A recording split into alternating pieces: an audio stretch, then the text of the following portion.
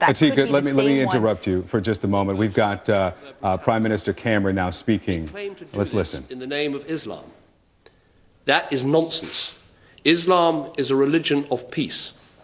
They are not Muslims, they are monsters. They make no secret of their desire to do as much harm, not just in the Middle East, but to any countries or peoples who seek to stand in their way or dare to stand for values that they disagree with. It was an ISIL fanatic who gunned down 4 people in a museum in Brussels. So let me be clear.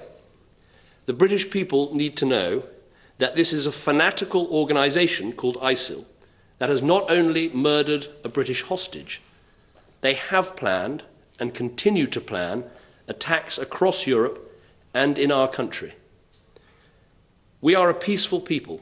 We do not seek out confrontation, but we need to understand we cannot ignore this threat to our security and that of our allies.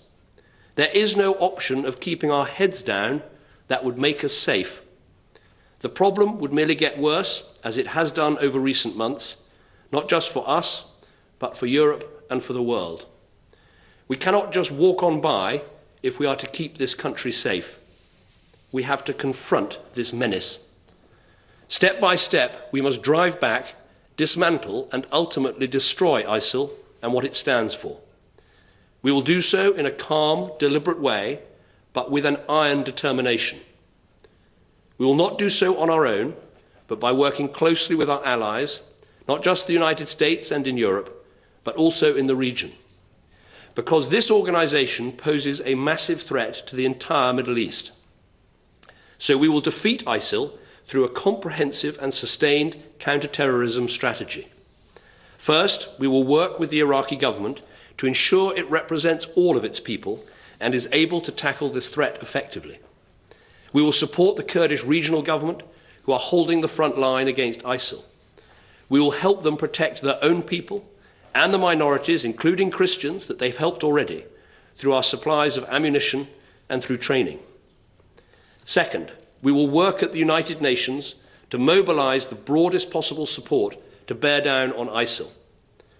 Third, the United States is taking direct military action. We support that. British Tornadoes and surveillance aircraft have been helping with intelligence gathering and logistics. This is not about British combat troops on the ground. It is about working with others to extinguish this terrorist threat. As this strategy intensifies, we are ready to take whatever steps are necessary to deal with this threat and keep our country safe. Fourth, we will continue to support the enormous humanitarian efforts, including using the RAF to do so, to help the literally millions of people who have fled ISIL and are now living in appalling conditions. And fifth, and perhaps most important, we will maintain and continually reinforce our formidable counter-terrorist effort here at home to prevent attacks and to hunt down those who are planning them. People across this country will have been sickened by the fact that it could have been a British citizen who could have carried out this unspeakable act. It is the very opposite of everything our country stands for. It falls to the government and to each and every one of us to drain this poison from our society and to take on this warped ideology that is radicalising some of our young people. The murder of David Haines at the hands of ISIL will not lead Britain to shirk our responsibility with our allies to deal with the threat that this organisation poses. It must strengthen our resolve. We must recognise that it will take time to eradicate a threat like this. It will require, as I've described, action at home and abroad. This is not something we can do on our own. We have to work with the rest of the world. But ultimately, our security as a nation, the way we go about our everyday lives in this free and tolerant society that is Britain, has always depended on our readiness to act against those who stand for hatred and who stand for destruction. And that is exactly what we will do. Thank you. All right, comments there from British Prime Minister David Cameron, speaking after, of course, the release of this recording the execution, the beheading of David Haines. Do we still have Atika Schubert with us in London? Atika, I want to come right out to you. The Prime Minister there detailing several things, several ways that the UK will work with the international community, the UN, the US, and other countries to be able to attack ISIS. This is in line, actually strengthening what he said over the last couple of weeks. Yeah, in fact, he very clearly said that Britain will not shirk responsibilities. This video will only strengthen our resolve. Now, the thing that a lot of the British public will be looking at is what kind of military support Britain will be lending to this coalition against ISIS. He already said that British jets, for example, have been involved with intelligence gathering, supporting the coalition in that way. But he also very clearly said this is not about boots on the ground.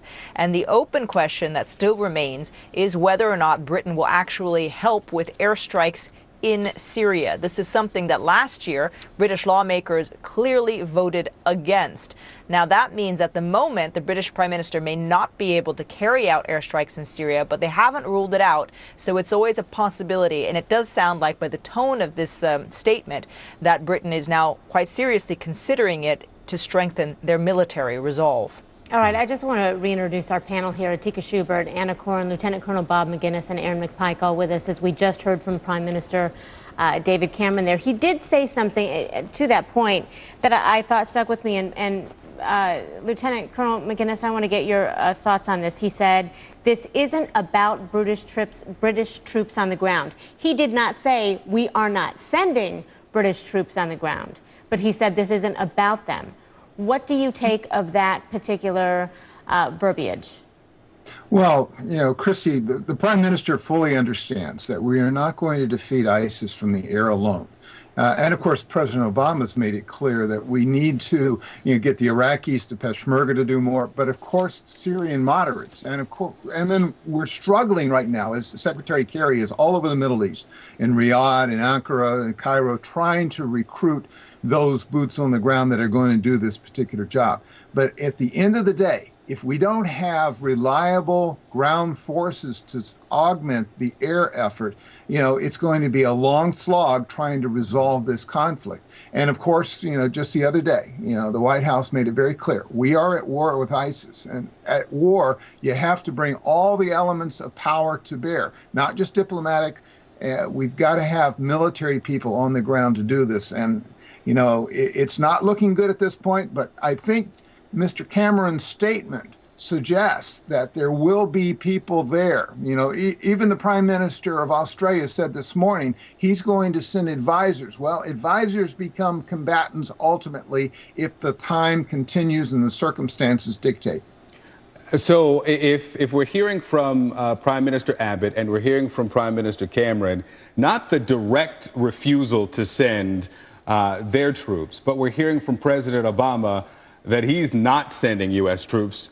Is the president being honest with us? Is he being straightforward with us? I want to read for you something that I read this morning in the Times, in which it describes these Syrian, the moderate forces, the Free Syrian Army especially. It says that they've been weak, divided, without coherent plans. Today, they're even weaker, more divided. In some cases, their best fighters are hardline Islamists. So if we know that about the moderate forces, why are we hearing from the leaders that they likely will not, or in some cases absolutely will not, send in their troops? It seems like they would have to.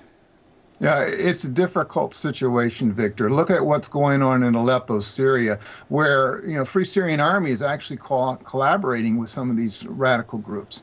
And so vetting out a moderate force that we can arm and then depend, and that Riyadh said they can come in and train, is going to be incredibly difficult. What we will probably see over time are special operating forces in small groups that will be operating eventually in Syria. They have to. Raqqa is the epicenter of where all this fighting is coming from. And if we don't have people on the ground in Raqqa going after ISIS, I don't know how in the world we're going to sort out and defend the innocents that are there clearly, and then at the same time destroy the infrastructure of ISIS.